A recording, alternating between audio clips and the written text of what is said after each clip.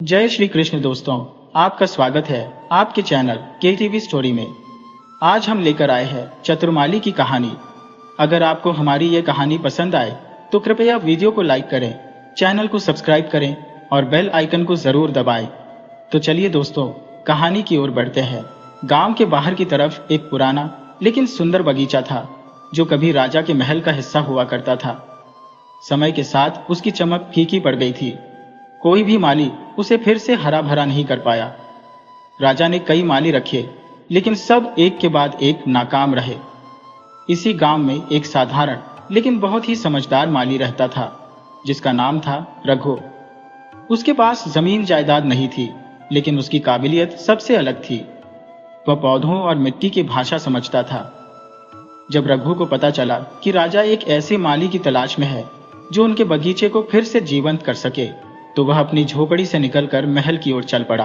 राजा के दरबार में पहुंचकर उसने बगीचे को संवारने की इच्छा जताई। राजा ने उसे ऊपर से नीचे तक देखा। साधारण कपड़े पहने, सिर पर एक पुरानी पगड़ी बांधे रघु को देखकर राजा को यकीन नहीं हुआ कि यह आदमी कुछ कर पाएगा। लेकिन उसके आत्मविश्वास और आंखों की चमक देखकर राजा ने उसे बगीचे की जिम्मेदारी दे दी। रघु को बगीचे की खराब हालत देखकर कोई हैरानी नहीं हुई।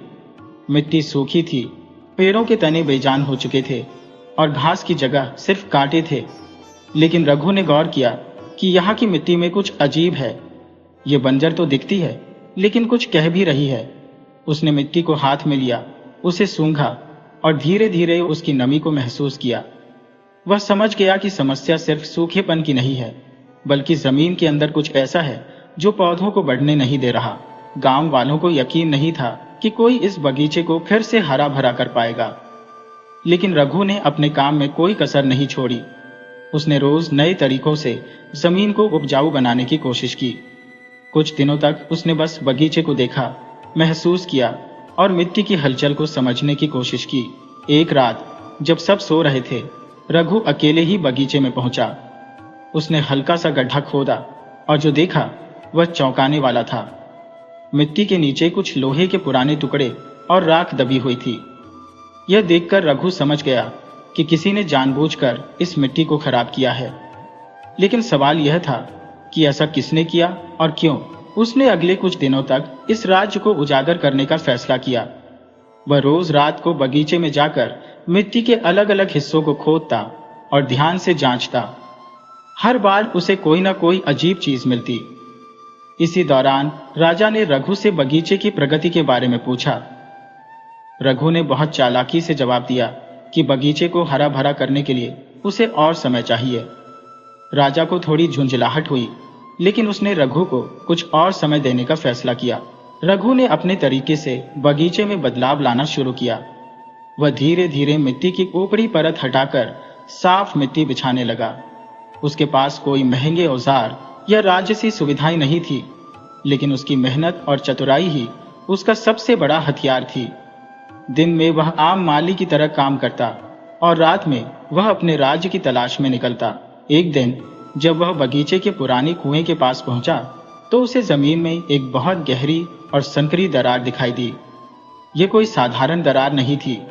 रघु ने जब ध्यान से उस दरार को खंगाला तो वहां उसे कुछ पुराने बर्तनों के टुकड़े और एक टूटा हुआ ताला मिला। अब उसे यकीन हो गया कि इस बगीचे के नीचे कोई रहस्य छिपा है। लेकिन यह बात किसी को बताना खतरे से खाली नहीं था। अगर वह राजा को बताता और उसकी खोज झूठी साबित होती तो उसे दंडित किया जा सकता था। और अगर यह सच हुआ तो यह जानना जरूरी था कि आखिर इस बगीचे को नष्ट करने के पीछे कौन था। रघु ने अपनी खोज जारी रखी और आखिरकार एक रात उसे वह सुराग मिल गया जिसकी उसे तलाश थी। एक पुराने पेड़ की जड़ों के पास उसे एक छोटा लोहे का डिब्बा मिला जिस पर अजीब तरह के निशान बने हुए थे। जब उसने उसे खोला तो अंदर कुछ पुराने दस्तावेज और सिक्के थे। यह देखकर उसकी आंखें चौड़ी हो गईं। लेकिन इससे पहले कि वह इस राज को और गहराई से समझ पाता, उसे किसी की आहट सुनाई दी। कोई छुपकर उसे देख रहा था।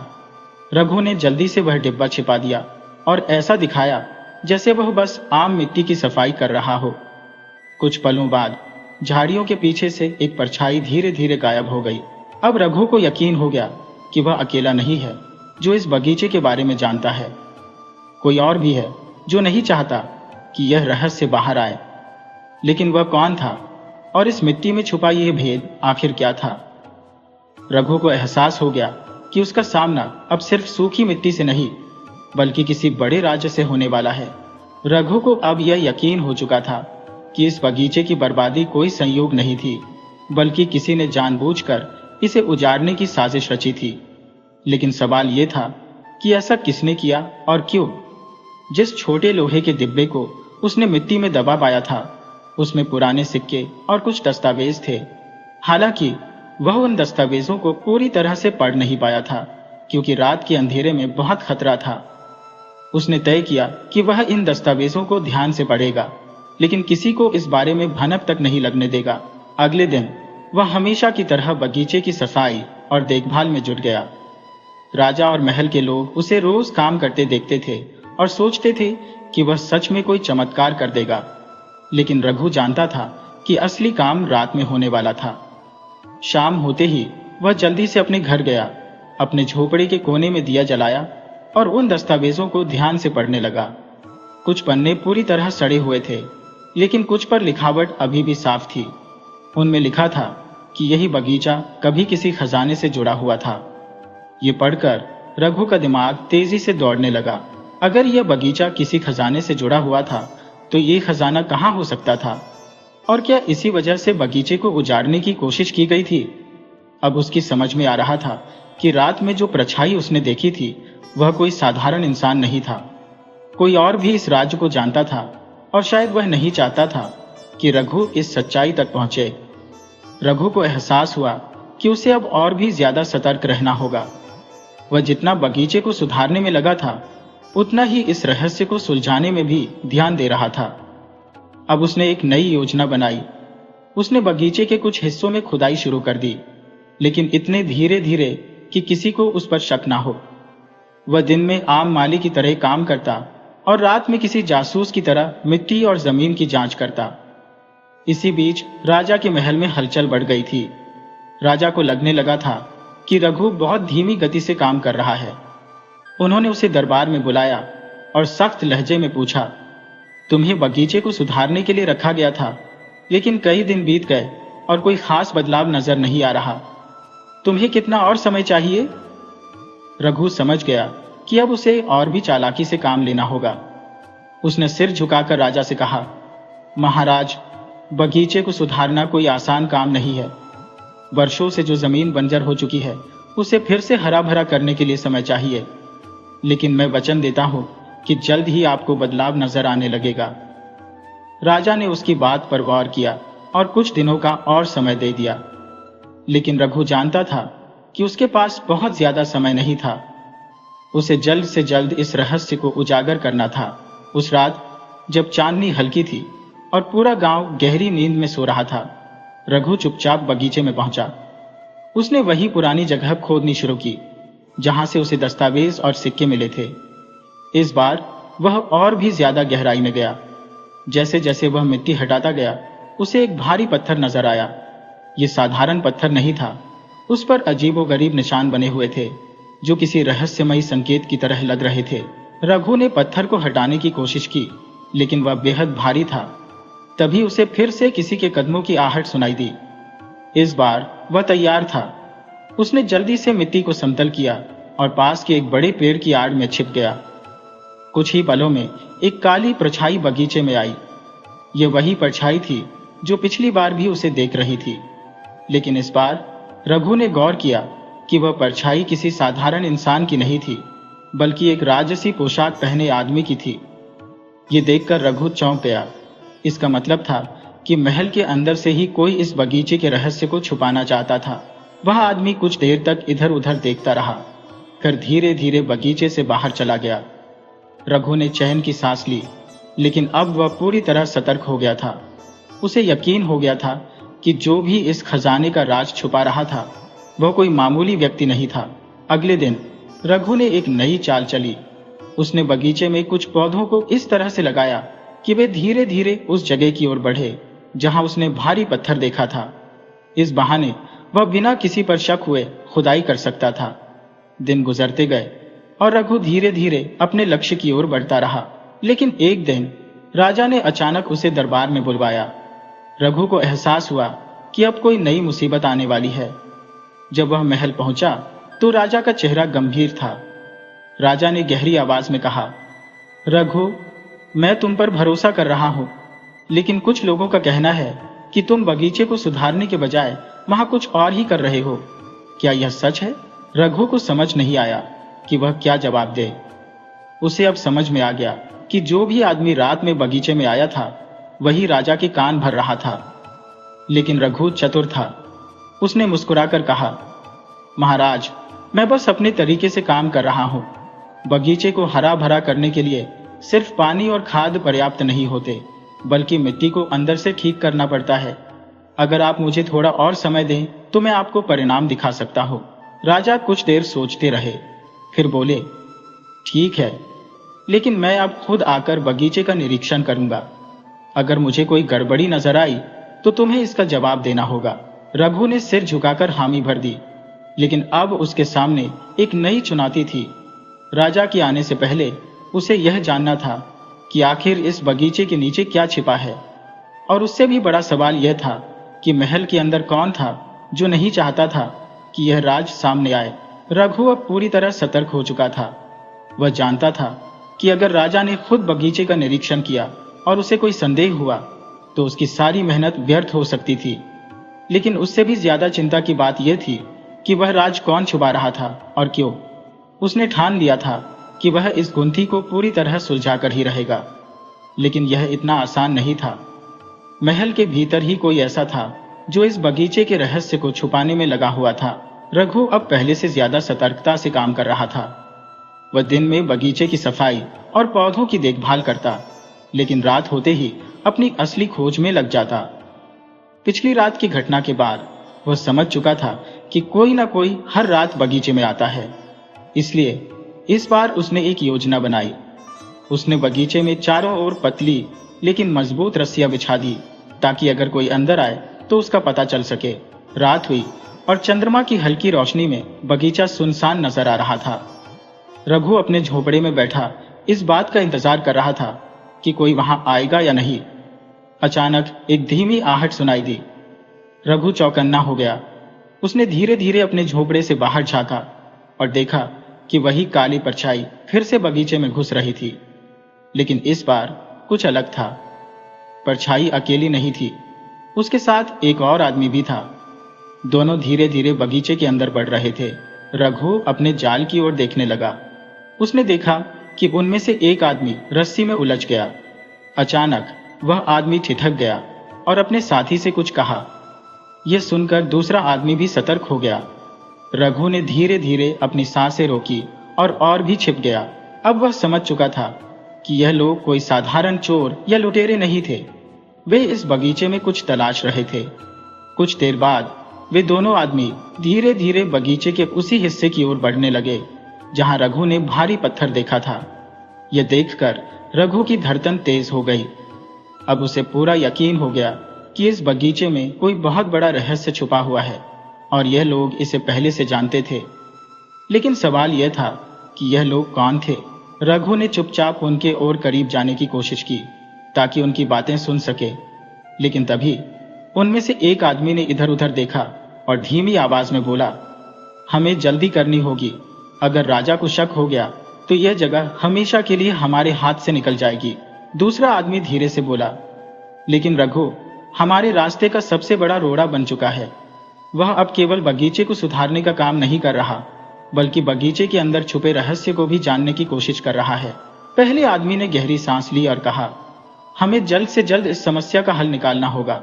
रघु यह सुनकर अंदर तक सिहर गया। अब उसे पूरा यकीन हो चुका था कि यह बगीचा किसी साधारण वजह से उजड़ा नहीं था, बल्कि इसे जानबूझकर बर्बाद किया गया था। लेकिन यह कौन लोग थे जो इसे अपने कब्जे में रखना चाहते थे? और सबसे बड़ी बात, इस बगीचे में ऐसा क्या छुपा था जिसे छुपाने के लिए यह लोग इतने चिंतित थे? रघु अब ज्यादा देर चुप नहीं रह सकता था। उसे राजा तक यह बात पहुंचानी ही थी, लेकिन बिना ठोस सबूत के कुछ भी कहना बेकार था। उसने तय किया कि वह अगली रात इन लोगों का पीछा करेगा और देखेगा कि वे बगीचे से बाहर कहाँ जाते हैं। अगली रात जब सब लोग सो चुके थे, रघु फिर से बगीचे में छिपकर बैठ गया। उसे पूरा यकीन था कि वे लोग आज फिर आएंगे। कुछ देर बाद वही हुआ। वे दोनों आदमी फिर से आए और इस बार वे ज्यादा सतर्क थे, लेकिन रघु ने भी पूरी तैयारी कर रखी थी। जैसे ही वे बगीचे के कोने की ओर बढ़े, रघु ने धीरे धीरे उनका पीछा किया। रघु देखता रहा कि वे लोग बगीचे से बाहर निकलकर महल के पीछे की ओर बढ़ रहे थे। यह देखकर वह चौंक गया। इसका मतलब था कि यह लोग महल के ही लोग थे, लेकिन वे महल के भीतर कैसे घुसे? क्या महल में कोई गुप्त रास्ता था? रघु उनके पीछे पीछे गया और देखा कि वे एक पुराने कुएं के पास पहुंचे। वहां पहुंचकर उन्होंने चारों ओर देखा और फिर कुएं के अंदर उतर गए। रघु यह देखकर हैरान रह गया। इसका मतलब था कि महल के भीतर जाने का कोई गुप्त रास्ता इस कुएं से जुड़ा हुआ था। रघु ने अब ठान लिया था कि वह इस रहस्य को पूरी तरह उजागर करके रहेगा, लेकिन उससे पहले उसे इस कुएं की सच्चाई जाननी होगी। उसने इंतजार किया कि वे दोनों आदमी वापस आए, और जब वे महल के अंदर चले गए तब रघु ने कुएं के अंदर झांक कर देखा। अंदर अंधेरा था, लेकिन उसे एक संकरी सीढ़ी नजर आई जो नीचे की ओर जा रही थी। रघु ने जल्दी से एक मशाल उठाई और धीरे धीरे कुएं के अंदर उतरने लगा। सीढ़ियां बहुत पुरानी थी, लेकिन वे अभी भी मजबूत लग रही थी। कुछ देर बाद वह एक संकरी सुरंग में पहुंचा। सुरंग काफी लंबी थी और वह धीरे धीरे उसमें आगे बढ़ने लगा। थोड़ी देर चलने के बाद वह एक बड़े कमरे तक पहुंचा। वह कमरे के भीतर गया तो देखता रह गया। वहां बहुत सारी पुरानी पेटियां रखी हुई थी और उन पर राजसी मोहरें लगी हुई थी। यह देखकर रघु को समझ आ गया कि यह कोई साधारण जगह नहीं थी। यह तो किसी गुप्त खजाने का कमरा था। लेकिन इससे पहले कि वह और कुछ समझ पाता, उसे पीछे से कुछ हलचल की आवाज आई। वह झटपट एक अंधेरे कोने में छिप गया। कुछ ही देर में वही दोनों आदमी वहां पहुंचे और आपस में बात करने लगे। राजा को कुछ पता नहीं चलना चाहिए। यह खजाना हमारा है और हमेशा हमारा रहेगा, लेकिन रघु हमारे लिए परेशानी बन चुका है। अगर वह और ज्यादा टोह लेगा तो हमें उसे रोकना ही होगा। रघु यह सुनकर कांप गया। अब उसकी जान खतरे में थी, लेकिन वह हार मानने वालों में से नहीं था। उसने तय किया कि वह यह राजा तक पहुंचा कर रहेगा, चाहे कुछ भी हो जाए। रघु का दिल तेजी से धड़क रहा था। वह अंधेरे कोने में छिपकर उन दोनों की बातें सुन रहा था। अब तक उसे यह समझ आ चुका था कि यह कोई मामूली मामला नहीं था। यह खजाना वर्षों से छिपा हुआ था और कुछ लोग इसे अपने कब्जे में रखना चाहते थे। लेकिन सबसे बड़ा सवाल यह था कि इस खजाने के पीछे कौन था? क्या यह महल के किसी बड़े अधिकारी की साजिश थी या फिर खुद राजा को इस बारे में कुछ पता था? रघु ने तय किया कि वह यहां से चुपचाप निकल जाएगा और फिर से महल के बगीचे में जाकर कोई नई योजना बनाएगा।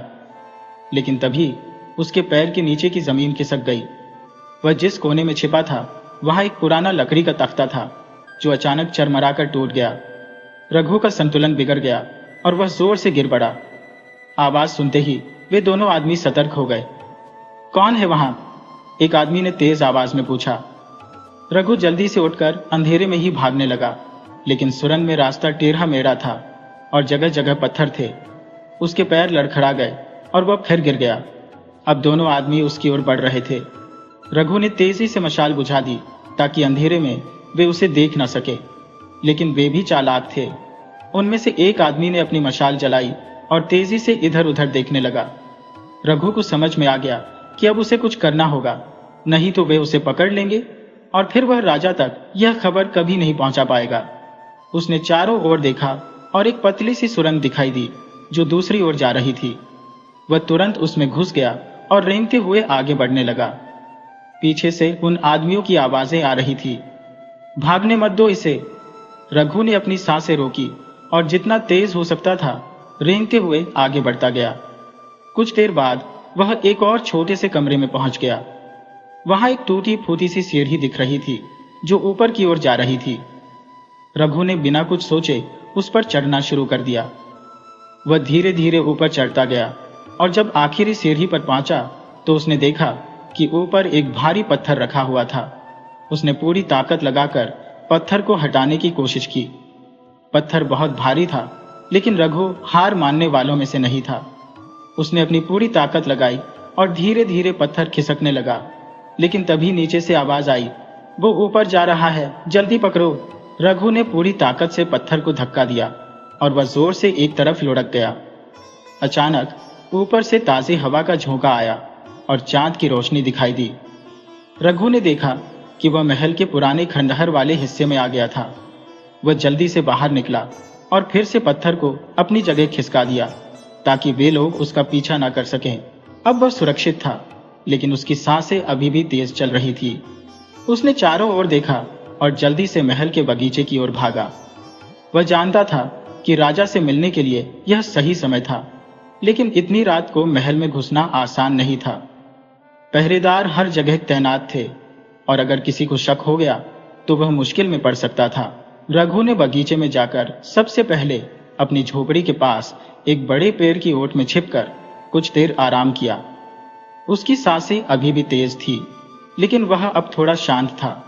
उसे समझ नहीं आ रहा था कि राजा तक यह खबर कैसे पहुंचाई जाए। अगर वह सुबह तक इंतजार करता तो शायद वे लोग उससे पहले कोई चाल चल सकते थे। तभी उसे एक उपाय सूझा।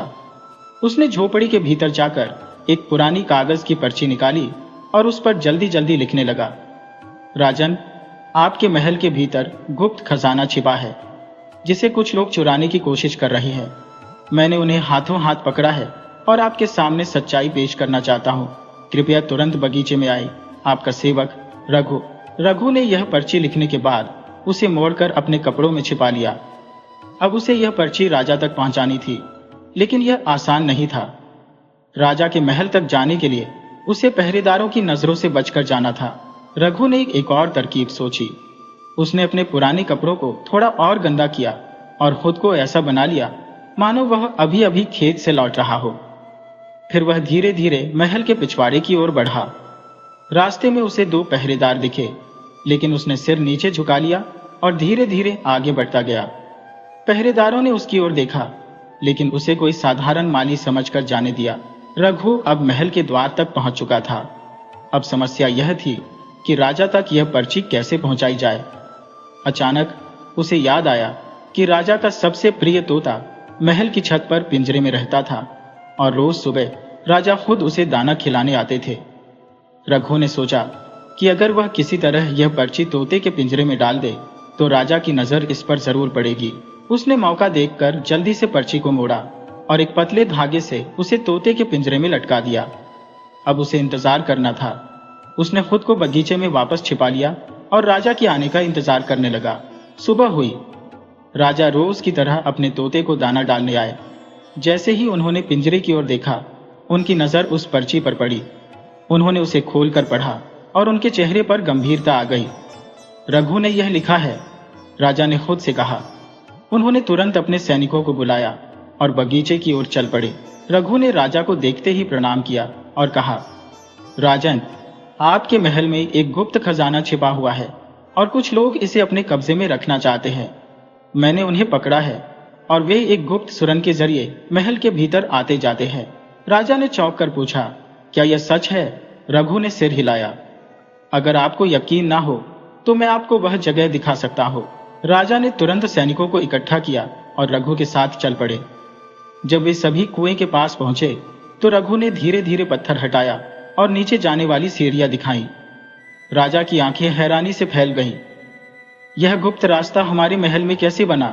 रघु ने कहा, ये वही लोग जानते होंगे जो इसे इस्तेमाल कर रहे थे।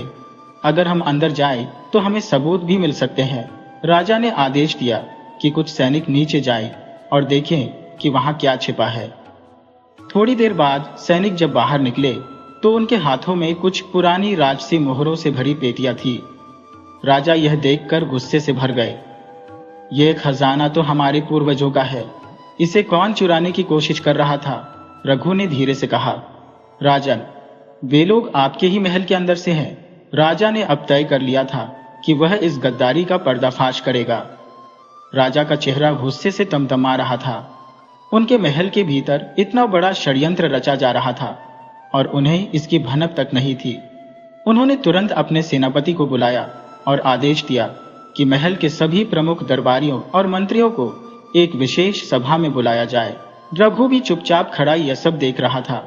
वह जानता था कि अब यह खेल खत्म होने वाला था, लेकिन असली गुनहगार कौन था यह अभी तक सामने नहीं आया था। महल के भीतर हलचल मच गई। सैनिक दौड़ दौड़ कर आदेशों का पालन कर रहे थे। राजा खुद उस गुप्त सुरंग में उतरने वाले थे, लेकिन तभी उनके सलाहकार महामंत्री चंद्रसेन ने उन्हें रोक दिया। महाराज, यह उचित नहीं होगा कि आप स्वयं इस अज्ञात गुफा में प्रवेश करें। यह किसी भी प्रकार का जाल हो सकता है। पहले हमें यह जान लेना चाहिए कि यह रास्ता कहाँ जाता है और इसके पीछे कौन है। राजा कुछ क्षण सोचते रहे। फिर उन्होंने अपने कुछ विशिष्ट सैनिकों को आदेश दिया कि वे सुरंग में जाएं और हर चीज की जांच करें। रघु भी उनके साथ जाने के लिए तैयार था। जब सैनिकों ने सुरंग में प्रवेश किया तो वहां एक अजीब सी गंध फैली हुई थी। यह सुरंग लंबी थी और कई मोड़ों से होकर गुजरती थी। रघु पहले भी यहां आ चुका था, लेकिन अब उसे और गहराई तक जाना था। कुछ दूरी चलने के बाद उन्होंने एक बड़ा सा कक्ष देखा, जहां कई पुरानी पेटियां रखी हुई थी। कुछ पेटियां आधी खुली थी और उनके भीतर सोने चांदी के सिक्के, मूर्तियां और बहुमूल्य पत्थर भरे हुए थे। यह देखकर सभी सैनिक चौंक गए। इतना खजाना यहाँ कैसे आया? रघु को समझ में आ गया कि यह कोई नया षड्यंत्र नहीं था। ये वर्षों से छिपा हुआ राज्य था, जिसे अब जाकर खोला गया था। लेकिन असली सवाल यह था कि इसे चुराने की कोशिश कौन कर रहा था। तभी सुरंग के अंदर से हल्की सी आवाज आई। सैनिक सतर्क हो गए। सभी ने अपनी तलवारें निकाल ली और धीरे धीरे आवाज की दिशा में बढ़ने लगे। कुछ ही क्षणों में उन्हें दो लोग दिखाई दिए जो इस छिपे हुए खजाने को निकालने की योजना बना रहे थे। ये वही दो व्यक्ति थे जिन्हें रघु ने पहले देखा था। सैनिकों ने उन्हें तुरंत पकड़ लिया और महल में ले गए। महल में राजा के सामने जब उन दोनों को पेश किया गया तो उन्होंने डर के मारे सच उगल दिया। महाराज, हम तो केवल सेवक थे, असली योजना किसी और की थी। राजा ने गंभीर स्वर में पूछा। किसकी? उन दोनों ने कांपते हुए उत्तर दिया। महामंत्री चंद्रसेन की। पूरा दरबार स्तब्ध रह गया। महामंत्री वर्षों से राजा का विश्वास पात्र था। राजा को भी विश्वास नहीं हो रहा था, लेकिन जब उन दोनों से और कड़ाई से पूछताछ की गई तो उन्होंने बता दिया कि चंद्रसेन वर्षों से यह योजना बना रहा था। उसने चुपके से इस गुप्त खजाने की जानकारी हासिल की थी और इसे धीरे धीरे निकालने की योजना बनाई थी। वह राजा के खिलाफ षड्यंत्र कर रहा था और इस खजाने के जरिए खुद को शक्तिशाली बनाना चाहता था। राजा ने गुस्से में कहा, चंद्रसेन, क्या यह सच है? चंद्रसेन ने कुछ बोलने की कोशिश की, लेकिन उसकी आंखों में डर साफ झलक रहा था। जब सैनिकों ने उसे पकड़ने के लिए कदम बढ़ाया तो वह अचानक अपनी तलवार निकालकर भागने लगा। लेकिन राजा के सैनिक पहले से तैयार थे। कुछ ही क्षणों में उन्होंने उसे घेर लिया और हथियार डालने पर मजबूर कर दिया। अब राजा को पूरी सच्चाई समझ में आ गई थी। उन्होंने चंद्रसेन को कारागार में डालने का आदेश दिया और घोषणा की कि उसे उसके अपराधों के लिए कड़ी सजा दी जाएगी। रघु ने यह सब देखा और संतोष की सांस ली। उसने अपने दिमाग और हिम्मत के बल पर एक बहुत बड़ी साजिश को बेनकाब किया था। राजा उसके प्रति बहुत प्रसन्न हुए। रघु, तुमने जो किया है वह सिर्फ एक माली का काम नहीं था। तुमने अपने राजा और राज्य की रक्षा की है। मैं तुम्हें इनाम देना चाहता हूं। लेकिन रघु ने विनम्रता से सिर झुका दिया। राजन, मैं केवल अपना कर्तव्य निभा रहा था। मैं बस चाहता हूं कि मेरे बगीचे में फूल हमेशा खिले रहे और हमारा राज्य हमेशा सुरक्षित रहे। यही मेरे लिए सबसे बड़ा इनाम होगा। राजा मुस्कुराए और उन्होंने घोषणा की कि रघु को महल का प्रधान बागवान नियुक्त किया जाएगा और उसे विशेष सम्मान दिया जाएगा। रघु की बुद्धिमानी और ईमानदारी की कहानी पूरे राज्य में फैल गई। लोग उसकी प्रशंसा करने लगे और उसे चतुर्माली के नाम से पुकारने लगे। इस तरह रघु की सूझबूझ और बहादुरी ने न केवल एक गुप्त खजाने की रक्षा की, बल्कि राज्य को एक बहुत बड़े संकट से भी बचा लिया।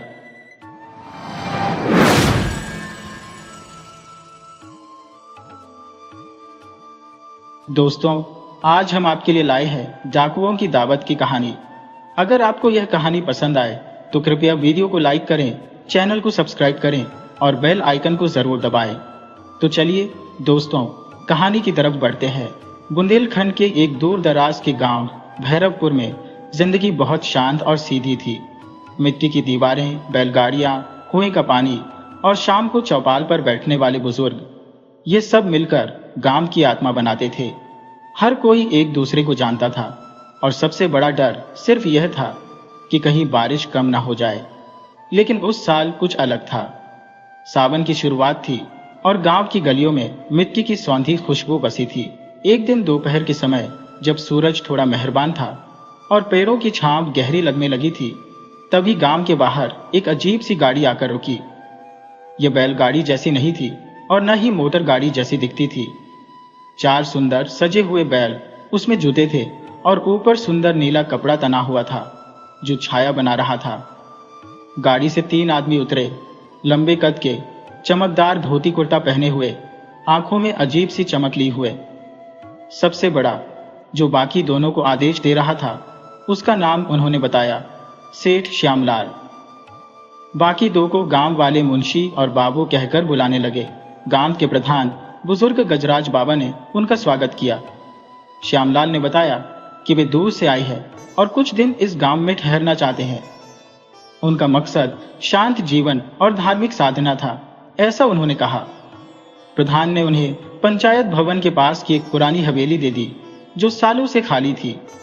गांव वालों ने सोचा कि सेठ बहुत धनवान है, क्योंकि उनके घर के बाहर लंबी काली गाड़ी जैसी बैलगाड़ी देखकर ही वे मंत्रमुग्ध हो गए थे। अगले दिन से श्यामलाल ने गांव के छोटे बच्चों को मिठाई बांटी, बुजुर्गों को दवा दी और मंदिर में एक बड़ा दान दिया। लोग उनकी दरियादिली के कायल हो गए। लेकिन असली कहानी तो वहीं से शुरू होती है। रात होते ही हवेली में अजीब आवाजें आने लगी। कई बार गांव के लोग कहते कि किसी की चीखने की धीमी आवाज सुनाई दी, लेकिन जब कोई पूछने जाता तो बाबू मुस्कुराकर कहता, सेठ जी झप कर रहे हैं, थोड़ा स्वर ऊंचा हो जाता है। गांव की सीमा पर राम सिंह का खेत था। एक रात उसने देखा कि हवेली के पीछे के रास्ते से कोई भारी सामान बैलगाड़ी में लादा जा रहा था।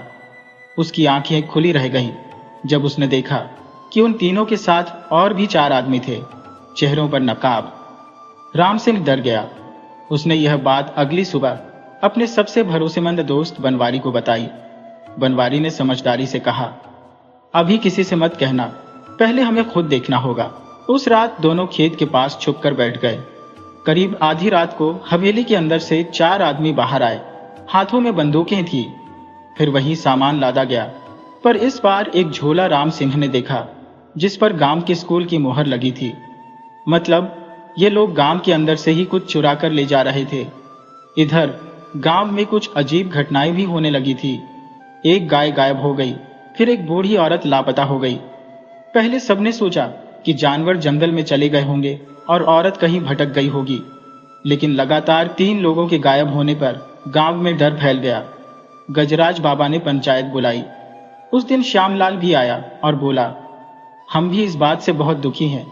हमने मंदिर में विशेष पूजा रखी है, सब आए। गांव के लोग अब तक उनके कायल थे, लेकिन राम सिंह और बनवारी को यकीन हो गया था कि कुछ बहुत बड़ा गड़बड़ है। उन्होंने एक रात हवेली के पीछे छिपकर सब देखने का तय किया। उस रात बारिश हो रही थी और बिजली की चमक में उन्होंने जो देखा वह रोंगटे खड़े कर देने वाला था।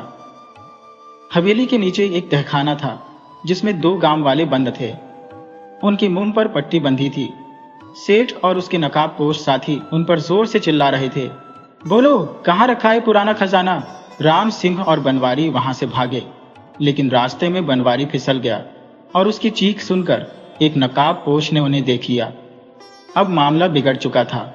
अगली सुबह गांव में 4 और आदमी पहुंचे, बिल्कुल वैसे ही कपड़े, वैसा ही अंदाज। अब डाकुओं की संख्या 8 हो चुकी थी और पूरे गांव को पता भी नहीं था कि वे किनके बीच रह रहे हैं। लेकिन राम सिंह ने हार नहीं मानी। वह रात के अंधेरे में अपने दूर के रिश्तेदार, जो कस्बे में सिपाही था, को बुलाने गया।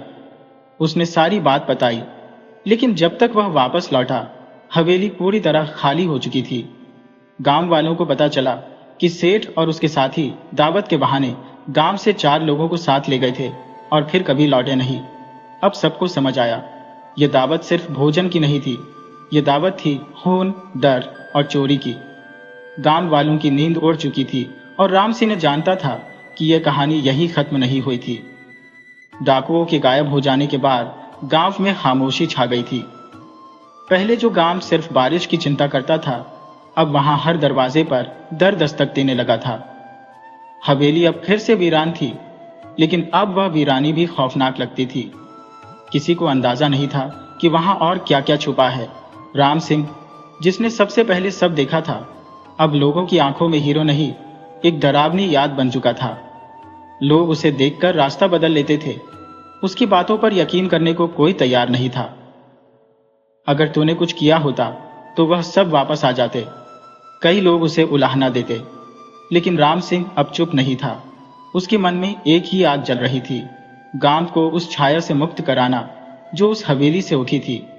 वह बार बार बनवारी की बातें याद करता था, जिसने जाते जाते कहा था कि लोग फिर आएंगे और इस बार अकेले नहीं होंगे। 3 महीने बीत चुके थे। सब कुछ धीरे धीरे सामान्य होता दिखने लगा था, लेकिन गांव की सीमा के उस पार पुरानी पहाड़ियों के पीछे कुछ लोग छिपकर रातें बिता रहे थे। सेठ श्यामलाल, जो अब केवल नाम का सेठ नहीं रहा बल्कि एक गिरोह का मुखिया था, वहां अपनी अगली योजना बना रहा था। उसके साथ इस बार 10 नए चेहरे थे, हर एक अपने इलाकों का कुख्यात डाकू। ये लोग अब सिर्फ गांव को लूटने नहीं, उसे अपने कब्जे में लेने आए थे। हवेली में कुछ गुप्त दरवाजे थे जो सालों पहले राजा भोज के समय खुदवाए गए थे।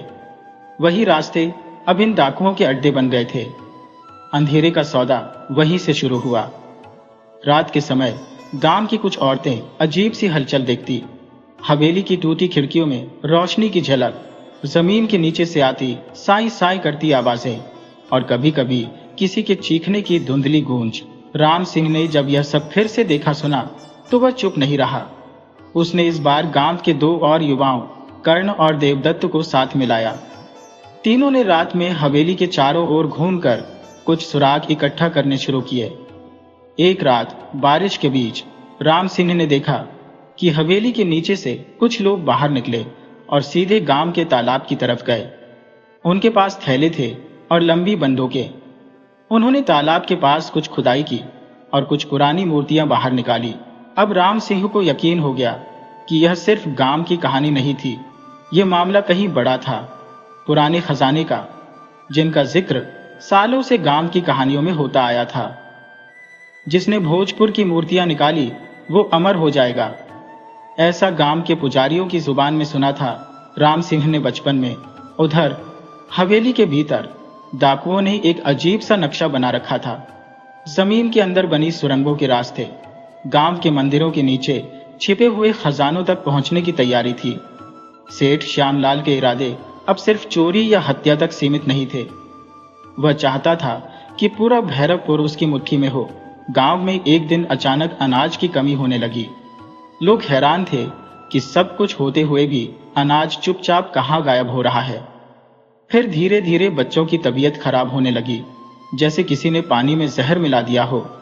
राम सिंह को यकीन हो गया कि यह सब हवेली से जुड़ा है। उसने कर्ण और देवदत्त को लेकर एक बार फिर रात में हवेली में घुसने का फैसला किया। इस बार वे पीछे की खिड़की से अंदर गए। हवेली के अंदर दीवारों पर अब अजीब से निशान उकेरे गए थे, त्रिकोणों और आंखों के आकार के चिन्ह, जैसे कोई गुप्त संगठन काम कर रहा हो। नीचे उतरते ही उन्हें एक बड़ा तहखाना मिला, जहां 8-10 लोग हथियारों के साथ चौकसी कर रहे थे। राम सिंह और उसके साथी छिपते छिपाते अंदर घुसे और देखा कि वहां कई गायब हुए गांव वाले बंद थे, बांधकर भूखे प्यासे। उनमें से एक बनवारी भी था, जिसकी हालत बहुत खराब थी। उसने देखा और फुसफुसाते हुए कहा, भागो यहां से, ये लोग अब सिर्फ डाकू नहीं रहे, ये सौदागर बन चुके हैं अंधेरे के। तीनों वापस तो आ गए, लेकिन अब हालात बहुत बिगड़ चुके थे। सेठ श्यामलाल को खबर लग गई थी कि कुछ लोग गांव में फिर से उसके खिलाफ खड़े हो रहे हैं। उसने गांव के ही 2 लोगों को खरीद लिया, रघु और नत्थु, जो उसके लिए जासूस बन गए। अब हर सुबह गांव में कोई ना कोई नई मुसीबत आती। कभी कुएं का पानी सूख जाता, कभी मंदिर की घंटियां टूट जाती। लोग समझ ही नहीं पा रहे थे कि यह सब क्या हो रहा है। तभी एक दिन पूरे गांव को एक न्योता मिला। सेठ श्यामलाल जी के आश्रम में एक दावत रखी गई है, सभी गांव वाले आमंत्रित हैं। राम सिंह का माथा ठनका। ये वही दावत थी जिसका जिक्र बनवारी ने किया था, और उसने फैसला कर लिया कि वह इस बार इस दावत का हिस्सा बनेगा। दावत का न्योता मिलते ही गांव भर में हलचल मच गई। जिस सेठ श्यामलाल को लोग कुछ महीने पहले तक शंकित निगाहों से देखते थे, अब वही अचानक एक पुण्यात्मा की तरह सम्मानित किया जा रहा था। हवेली के पास बने पुराने बगीचे को साफ कर भव्य शामियाने लगाए गए थे। चारों ओर रंग बिरंगी झंडियां, दियों की कतारें और लजीज पकवानों की खुशबू से माहौल बेहद मोहक बना दिया गया था। गांव वाले भले ही सहमे हुए थे, लेकिन मुफ्त के भोज और सेठ जी की दया के नाम पर सब कुछ खोलकर एक एक करके दावत में पहुंचने लगे। बच्चों के लिए खिलौनों का स्टॉल था, औरतों के लिए साड़ी बिंदी की सौगात और बूढ़ों के लिए मिठाई और चंदन। लेकिन यह सब दिखावे का हिस्सा था। राम सिंह, कर्ण और देवदत्त ने दावत में आने का फैसला तो किया, लेकिन गांव वालों की तरह नहीं, बल्कि छिपे हुए निगरानों के रूप में। उन्होंने गांव के 3 ओर से पहरा लगाया ताकि कोई असामान्य गतिविधि पकड़ी जा सके। दावत की भव्यता ने सबसे पहले कर्ण को चौंकाया। सेठ श्यामलाल इतना पैसा कहां से लाया और इन पकवानों के पीछे कौन था? भीड़ के बीच घूमते हुए राम सिंह की नजर बार बार कुछ एक जैसे कपड़े पहने लोगों पर जा रही थी। वे मुस्कुरा रहे थे, लेकिन उनकी आंखें चारों ओर गश्त कर रही थी, जैसे किसी गुप्त मिशन पर तैनात सैनिक हो। तभी एक बूढ़ी औरत जो अंदर से घबराई हुई थी, राम सिंह के पास आकर बोली, बेटा कुछ गड़बड़ है, ये दावत नहीं जाल है। राम सिंह ने तुरंत कर्ण को इशारा किया और दोनों उस औरत को साथ लेकर एक कोने में गए। उसने धीरे धीरे बताया कि वह उसी हवेली में काम करती थी और पिछले हफ्ते उसने देखा था कि सेठ श्यामलाल और कुछ लोग तहखाने में अजीब पूजा कर रहे थे। पूजा में वे इंसानी खोपड़ियों, मिट्टी की मूर्तियों और खून से सने वस्त्रों का इस्तेमाल कर रहे थे। वह डर गई थी और चुपचाप भाग आई थी। बात करते करते बूढ़ी औरत कांपने लगी। तभी अचानक उसकी चीख निकल गई और वह जमीन पर गिर पड़ी। उसकी सांसें उखड़ चुकी थी। सब लोग जमा हो गए और सेठ श्यामलाल ने खुद मंच पर आकर कहा, बुढ़िया का स्वाभाविक निधन हुआ है, भगवान उसकी आत्मा को शांति दे। राम सिंह अब यकीन कर चुका था कि कुछ बहुत भयंकर घटने वाला है। जैसे ही रात गहराई, दावत में आए हर व्यक्ति को अचानक बेहोशी सी छाने लगी। खाने में कुछ मिलाया गया था। जो बच गए उन्हें बांधकर हवेली के तहखानों में पहुंचाया गया। राम सिंह, कर्ण और देवदत्त ने खुद को समय रहते बचा लिया था। वे एक ओर छुप गए और सब पर नजर रखते रहे। उन्होंने देखा कि हवेली के तहखाने की ओर 20 से ज्यादा लोग हथियारों के साथ गांव वालों को ले जा रहे थे। कुछ लोगों को तो अलग अलग कमरों में कैद कर दिया गया और कुछ को किसी अनजान सुरंग की ओर ले जाया गया। सेठ श्यामलाल अब अपने असली रूप में था। उसका चेहरा परछाइयों में और भी भयावह लगने लगा था। वह अपने गिरोह के सामने खड़ा होकर हंसते हुए बोला, अब यह गांव हमारा है। ये मूर्ख लोग हमारी पूजा करेंगे और जो नहीं करेगा वह मिटा दिया जाएगा। अगली सुबह गांव वह खाली सा लग रहा था। कुछ घरों में सिर्फ चूल्हे ही जले हुए थे, बाकी सब गायब। राम सिंह और उसके साथियों ने तय किया कि अब आर पार की लड़ाई होगी। उन्होंने रात होते ही गांव के पुराने मंदिर में शरण ली और वहां मौजूद एक पुरानी किताब पढ़ी, जिसमें हवेली से जुड़े रहस्यों का जिक्र था। किताब में लिखा था कि हवेली एक शापित स्थान थी, जिसे राजा भोज ने अपने एक दुष्ट मंत्री से बचाने के लिए बंद किया था। लेकिन सेठ श्यामलाल ने उस दरवाजे को फिर से खोल दिया था। अब वह श्राप फिर से जाग चुका था। राम सिंह ने कर्ण और देवदत्त के साथ योजना बनाई कि वे आज रात हवेली के तहखाने में घुसेंगे और वहां बंद सभी गांव वालों को आजाद कराएंगे। वे तीनों कुछ पुराने हथियार लेकर सुरंग के रास्ते से हवेली में घुसे। अंदर का दृश्य डरावना था।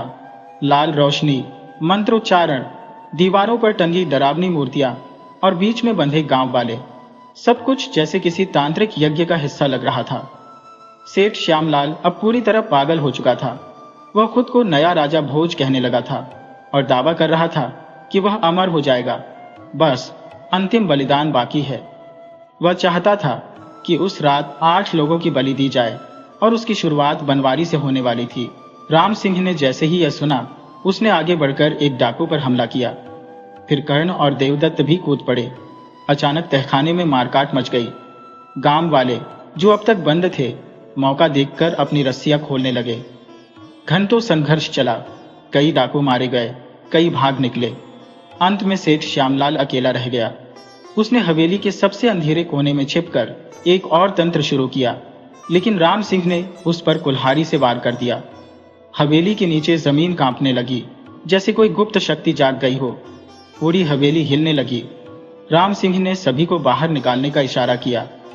गांव वाले भागे और जैसे ही सब बाहर पहुंचे, हवेली की दीवारें एक जोरदार धमाके के साथ गिर पड़ी।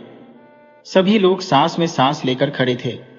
अंधेरे का वह गढ़ खत्म हो चुका था, लेकिन क्या सच में सेठ श्यामलाल की लाश नहीं मिली? हवेली के ढहाने के बाद गांव वालों ने राहत की सांस ली। कुछ दिनों तक गांव में शांति रही। बच्चे फिर से हंसने लगे, बूढ़े खाटों पर बैठकर फिर से हुक्के गुड़गुड़ाने लगे और औरतों ने अपने घरों के दरवाजे खोलकर तुलसी पर जल चढ़ाना शुरू कर दिया। लेकिन इन सबके बीच एक बात सबको खटक रही थी। सेठ श्यामलाल की लाश नहीं मिली थी। राम सिंह, कर्ण और देवदत्त ने गांव की सुरक्षा व्यवस्था मजबूत कर दी थी।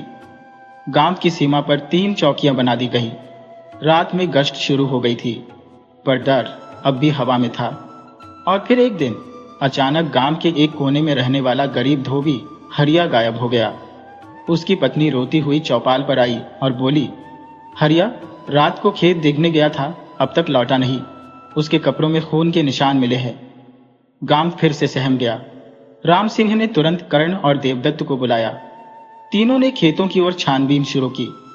झाड़ियों में खून के निशान थे और मिट्टी पर एक भारी जूते के गहरे निशान थे, जो किसी आम गांव वाले के नहीं हो सकते थे। निशान जंगल की ओर जाते थे। जंगल अब तक वीरान माना जाता था, लेकिन अब ऐसा लग रहा था मानो किसी ने वहां डेरा डाला हो। राम सिंह ने अपनी दूरबीन से एक चट्टान के पास हलचल देखी। तीनों दोस्त उसी ओर बढ़े।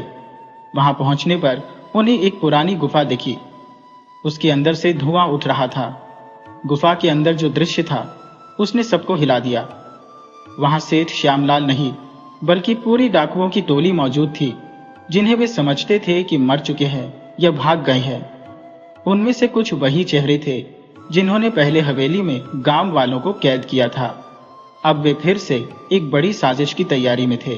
सेठ श्यामलाल एक पत्थर की मूर्ति के सामने बैठा मंत्र पढ़ रहा था। उसकी आंखें और चेहरा अब पूरी तरह बदल चुका था। वह अब न इंसान लगता था, न पूरी तरह तांत्रिक, एक भयावह जीव बन चुका था।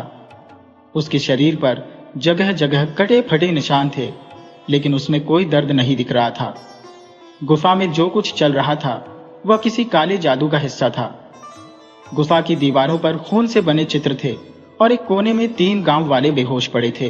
कर्ण ने तुरंत इशारा किया कि हमला करना अभी सही नहीं होगा। तीनों ने पहले गुफा से बाहर निकलकर गांव वालों को सच बताने का फैसला किया। गांव लौटकर उन्होंने पंचायत बुलाई। सबको बताया कि खतरा अभी टला नहीं है। पहले कुछ लोगों ने विश्वास नहीं किया, लेकिन जब हरिया के जैसे 2 और लोगों की लाशें जंगल के पास मिली तो गांव में फिर हाहाकार मच गया। राम सिंह ने कहा, अब वक्त आ गया है कि हम खुद इन डाकुओं का शिकार करें।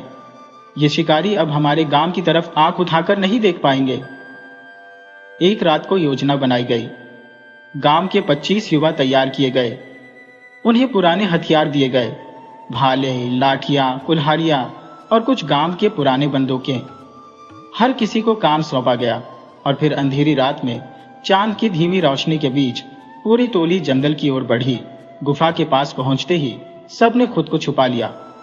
राम सिंह, कर्ण और देवदत्त सबसे पहले अंदर गए, बाकी बाहर तैनात रहे। जैसे ही वे अंदर पहुंचे, उन्होंने देखा कि आज रात फिर से बलिदान की तैयारी है। इस बार एक बच्चा बंधा हुआ था। सेठ श्यामलाल जोर से हंस रहा था और कह रहा था, इस मासूम की आत्मा से मुझे अमृत तो मिलेगा, लेकिन इससे पहले कि वह छुरा उठा पाता, राम सिंह ने एक पत्थर उसकी ओर फेंका। उसका ध्यान भंग हुआ और उसी क्षण देवदत्त ने उस पर छलांग लगा दी। फिर कर्ण ने बचे हुए डाकुओं पर हमला बोला। गुफा में भीषण युद्ध शुरू हुआ। डाकू शातिर थे, लेकिन गांव वालों की एकता और साहस के सामने टिक नहीं सके। सेठ श्यामलाल फिर भागा, लेकिन राम सिंह ने उसका पीछा किया। गुफा के सबसे गहरे हिस्से में जाकर दोनों आमने सामने हुए। वहां एक रहस्यमयी आग जल रही थी, जिसके बीच में एक काली मूर्ति थी।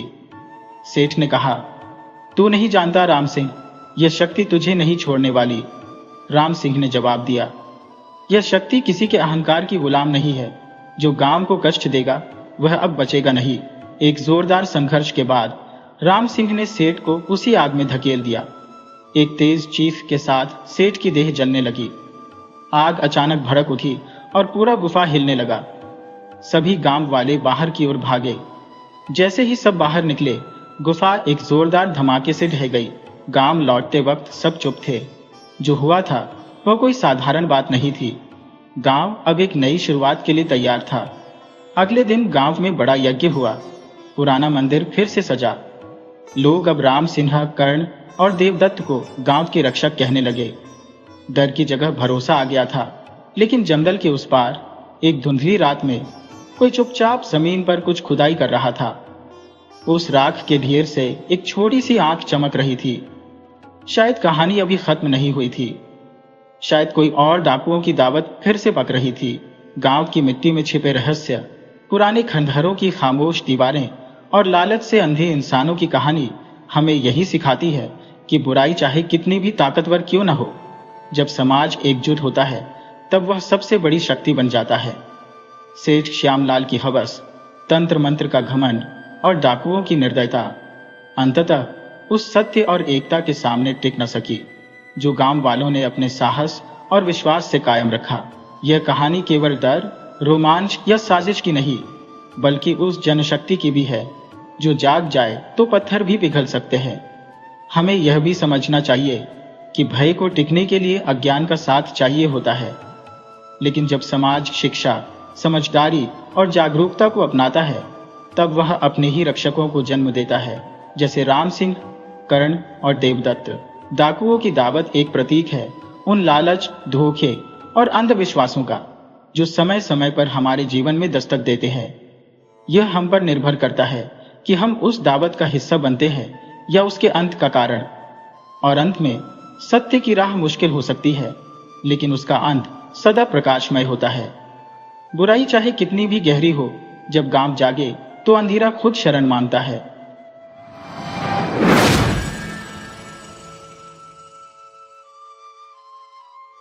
ठाकुर दिग्विजय सिंह का पूरे गांव में गहरा प्रभाव और असाधारण सम्मान था। वह अपने क्षेत्र में एक प्रतिष्ठित व्यक्तित्व थे। ठाकुर दिग्विजय सिंह के परिवार में उनके छोटे भाई रणविजय सिंह, जो अब तक अविवाहित थे, और उनकी पत्नी मैना देवी और उनका एकमात्र पुत्र वीर प्रताप सिंह थे। ठाकुर दिग्विजय सिंह और रणविजय दोनों ही जीवन का भरपूर आनंद लेने वाले लोग थे और गांव के बाहर उनकी कई महिलाओं के साथ अवैध संबंध थे। उनका बेटा वीर प्रताप सिंह अपने पिता और चाचा से भी अधिक रंगीन मिजाज का था। यदि किसी महिला पर उसकी नजर पड़ती तो वह किसी भी हालत में उसे हासिल करके ही रहता था। गांव के सभी लोग इस बात से परिचित थे, लेकिन उनके भय के कारण कोई भी उनके सामने आवाज उठाने की हिम्मत नहीं कर पाता था। ठाकुर दिग्विजय सिंह की पत्नी मैना देवी इन सभी कृत्यों से भली भांति परिचित थी, लेकिन वह मजबूरी में चुप रह जाती थी। मैना देवी एक सीधी सादी घरेलू महिला थी और अपने पति और देवर के डर के कारण कुछ कहने की हिम्मत नहीं कर पाती थी। हालांकि वह अपने बेटे को सुधारने की कोशिश जरूर करती, लेकिन वीर प्रताप उनकी बातों को नजरअंदाज कर देता था। परिवार में सभी उसे प्यार से वीर कहकर बुलाते थे। वीर का सबसे अच्छा मित्र नरेश था, जो उनके पिता के मुनीम जगजीवन राम का बेटा था। नरेश और वीर एक साथ खेलते और पढ़ाई करते बड़े हुए थे। नरेश भी वीर की तरह मस्तमौला था और इसलिए दोनों में गहरी मित्रता थी। गांव की पंचायत में ठाकुर दिग्विजय सिंह का सबसे बड़ा प्रतिद्वंद्वी था चौधरी सुमेर सिंह। सुमेर सिंह भी दिग्विजय सिंह की तरह अपने क्षेत्र में प्रभावशाली थे। दोनों के बीच एक पुरानी खानदानी दुश्मनी थी और वे एक दूसरे को फूटी आंख नहीं सुहाते थे। यह दुश्मनी पंचायत चुनाव के समय और भी भयंकर हो जाती थी, जहां दोनों एक दूसरे की जान लेने पर उतारू हो जाते थे। इस टकराव में गांव वाले अक्सर बलि का बकरा बन जाते थे, क्योंकि जिस पक्ष का सरपंच चुना जाता वह दूसरे पक्ष के लोगों को परेशान करने से नहीं चूकता था।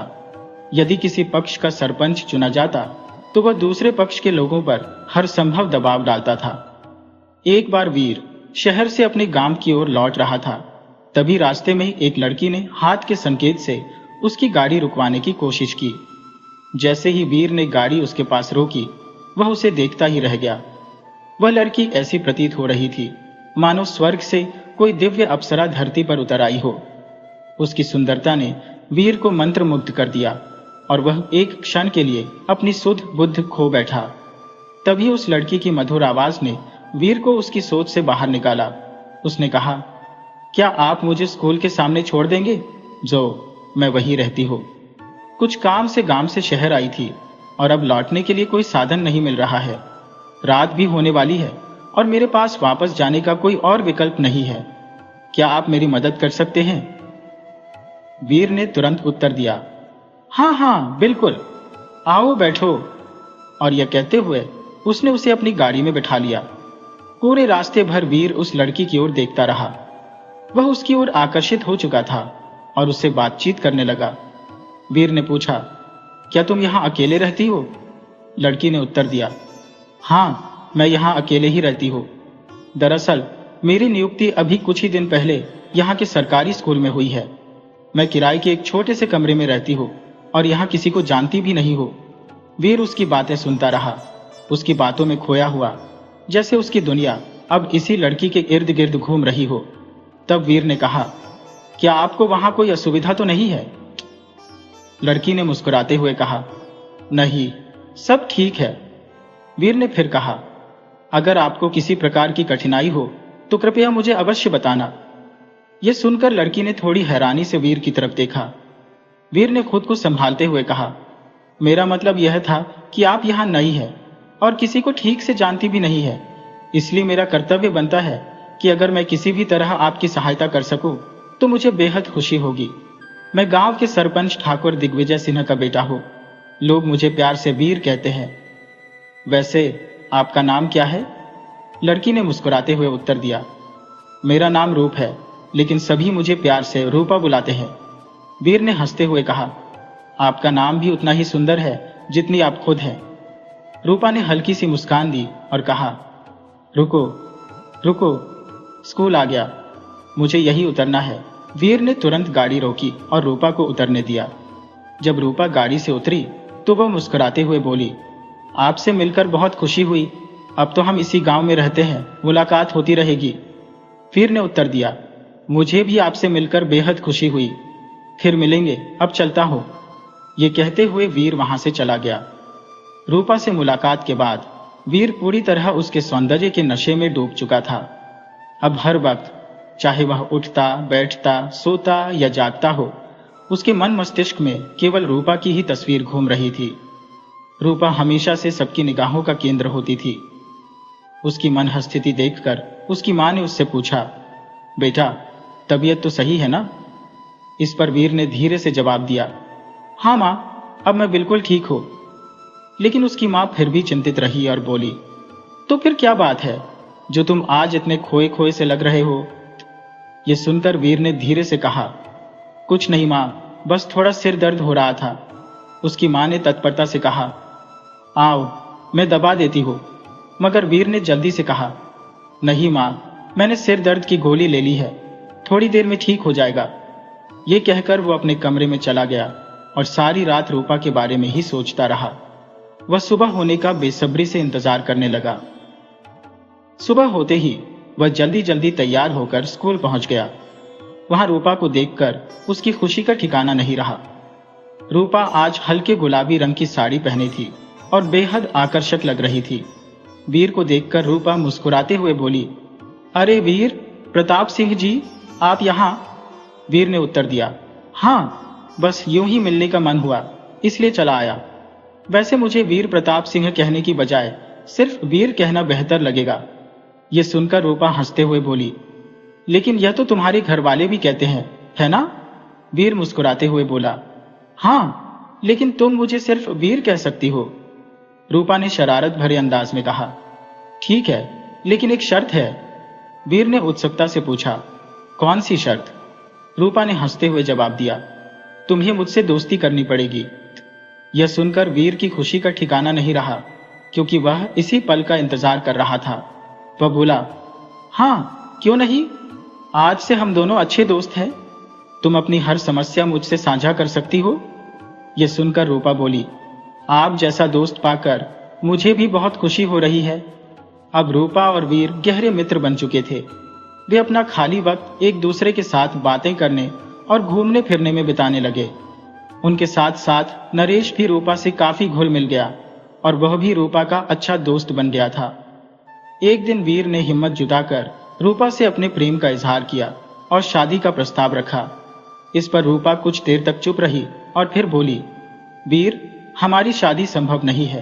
वीर ने हैरानी से पूछा, क्यों?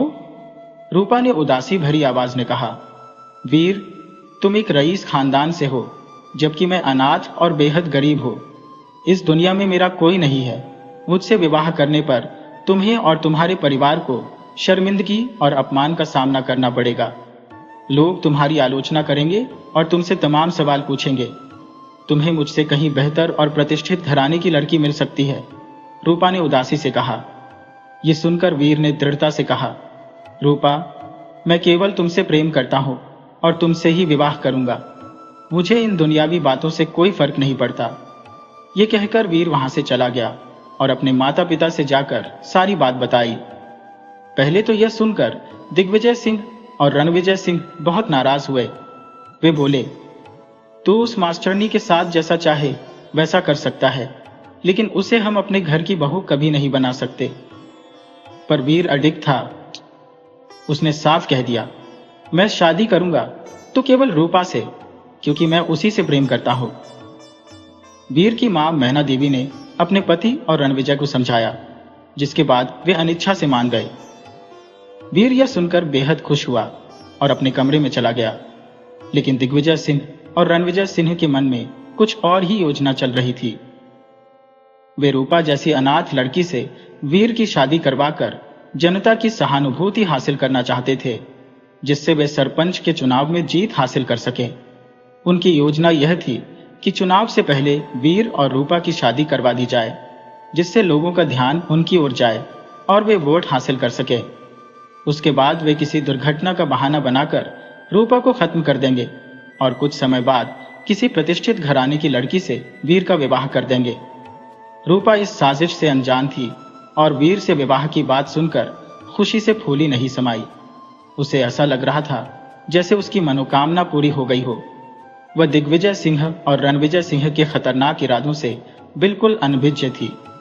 अगले दिन वीर रूपा को अपने परिवार से मिलाने के लिए घर लाया। रूपा को देखकर वीर की मां का दिल खुशी से भर गया।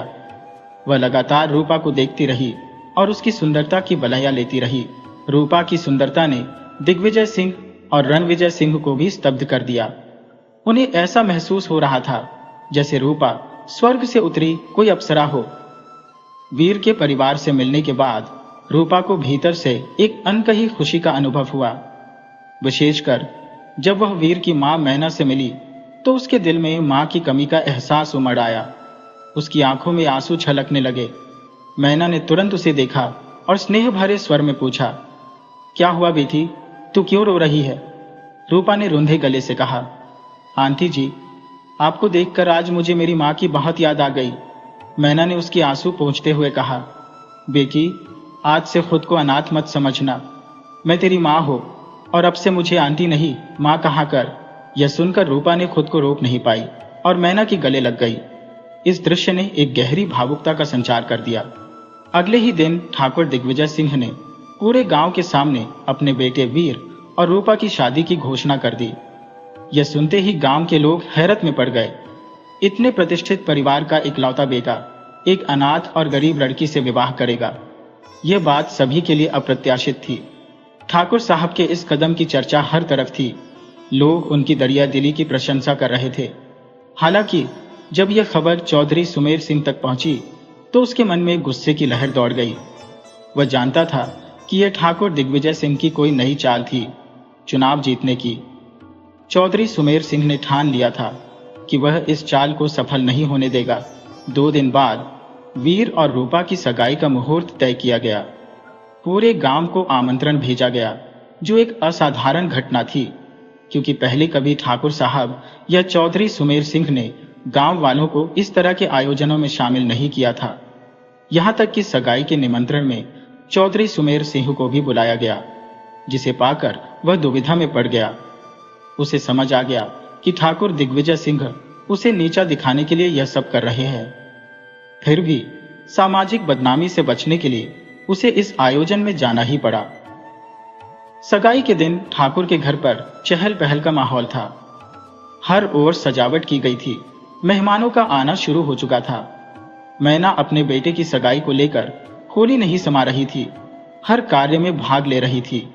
उसी समय चौधरी सुमेर सिंह अपने बेटे अमर सिंह के साथ सगाई में पहुंच गए। सगाई के भव्य आयोजन में ठाकुर दिग्विजय सिंह ने खास मेहमानों के लिए खास इंतजाम किए थे। मनोरंजन के लिए उन्होंने एक सपेरों के कबीले से नचनिया बुलवाई थी। गांव के पास ही ये कबीला बसता था, जहां सपेरे नाग पकड़ने, उनका विष निकालने और बेचने का काम करते थे। वही उनकी महिलाएं गांव के उत्सवों में नाच गाकर रोजी कमाती थी। गांव वाले उन्हें नचनिया कहकर बुलाते और इनके कबीले को नचनिया ओखा का कबीला के नाम से जाना जाता था। ये महिलाएं अपने परिवार का पेट पालने के लिए अपनी कला का प्रदर्शन करती, लेकिन गांव के बड़े लोग इनका अक्सर दुरुपयोग करते। वे नाच के बहाने इनसे छेड़छाड़ और शोषण करने से बाज नहीं आते। इस कबीले की एक प्रसिद्ध नचनिया थी बिजली, जो अपने नशीले नृत्य और आकर्षक अदाओं के लिए मशहूर थी। उसके नाचने की कला ने पूरे गांव को मंत्रमुग्ध कर रखा था और लोग दांतों तले उंगली दबाने को मजबूर हो जाते थे। इस बार भी ठाकुर दिग्विजय सिंह ने बिजली को विशेष रूप से आमंत्रित किया था। पंचायत के सभी लोग लजीज खाने और नचनियों के डांस का भरपूर आनंद ले रहे थे। गांव के लोग ठाकुर साहब की दरिया दिली और उनकी व्यवस्था की प्रशंसा करते नहीं थक रहे थे। ठाकुर साहब यह सब देखकर मन ही मन मुस्कुरा रहे थे, क्योंकि उनका उद्देश्य भी यही था, अपने बड़प्पन को साबित करना। चौधरी सुमेर सिंह यह सब देखकर अंदर ही अंदर जल रहे थे। उन्हें अच्छी तरह पता था कि यह सब ठाकुर दिग्विजय सिंह की चाल का हिस्सा था। रूपा और वीर की सगाई विधिपूर्वक संपन्न हो गई थी और शादी की तारीख सगाई के 2 महीने बाद चुनाव से ठीक 10 दिन पहले तय की गई थी। ठाकुर दिग्विजय सिंह ने गांव वालों के सामने चौधरी सुमेर सिंह के साथ सम्मानपूर्वक व्यवहार किया और सार्वजनिक रूप से उसे गले भी लगाया। सभी गांव वाले ठाकुर साहब के इस शिष्टाचार की तारीफ कर रहे थे, लेकिन चौधरी सुमेर सिंह समझ रहे थे कि यह भी एक चाल है। सगाई की रस्म पूरी होने और मेहमानों के खाने पीने की व्यवस्था के बाद चौधरी सुमेर सिंह अपने बेटे अमर सिंह के साथ घर लौट आए। वह बेहद नाराज थे, क्योंकि उन्हें लग रहा था कि दिग्विजय सिंह ने सबके सामने उन्हें नीचा दिखाने की कोशिश की है। उनके मन में प्रतिशोध की ज्वाला जल उठी थी। वह सोच रहे थे, मैं दिग्विजय सिंह से इस अपमान का बदला जरूर लूंगा और उसकी चाल कभी कामयाब नहीं होने दूंगा। सगाई के 2 दिन बाद ही चौधरी सुमेर सिंह के पोते का जन्मदिन था, जिसे उन्होंने एक भव्य भोज के रूप में मनाने का निर्णय लिया। गांव के सभी लोग उनके आमंत्रण पर वहां इकट्ठे हुए, जिसमें ठाकुर दिग्विजय सिंह और उनका परिवार भी शामिल था। ठाकुर दिग्विजय सिंह और उनके भाई रणविजय सिंह यह जानते हुए मुस्कुरा रहे थे कि चौधरी सुमेर सिंह ने यह सब केवल इसलिए किया था ताकि वह खुद को गांव वालों के सामने ऊंचा दिखा सकें। चौधरी सुमेर सिंह ने भी मनोरंजन के लिए वही नचनिया बुलवाई, जिसमें बिजली का नृत्य मुख्य आकर्षण था। उन्होंने गांव के हर व्यक्ति को गले लगाया और दिखावे के तौर पर गरीबों की मदद करने का आश्वासन दिया।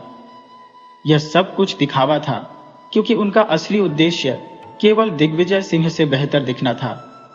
दिग्विजय सिंह अपने परिवार और भाई रणविजय सिंह के साथ इस आयोजन में शरीक हुए, लेकिन कार्यक्रम समाप्त होने के बाद लौटते समय उनकी गाड़ी का संतुलन बिगड़ गया और एक पहाड़ी से टकराकर गहरी खाई में जा गिरी।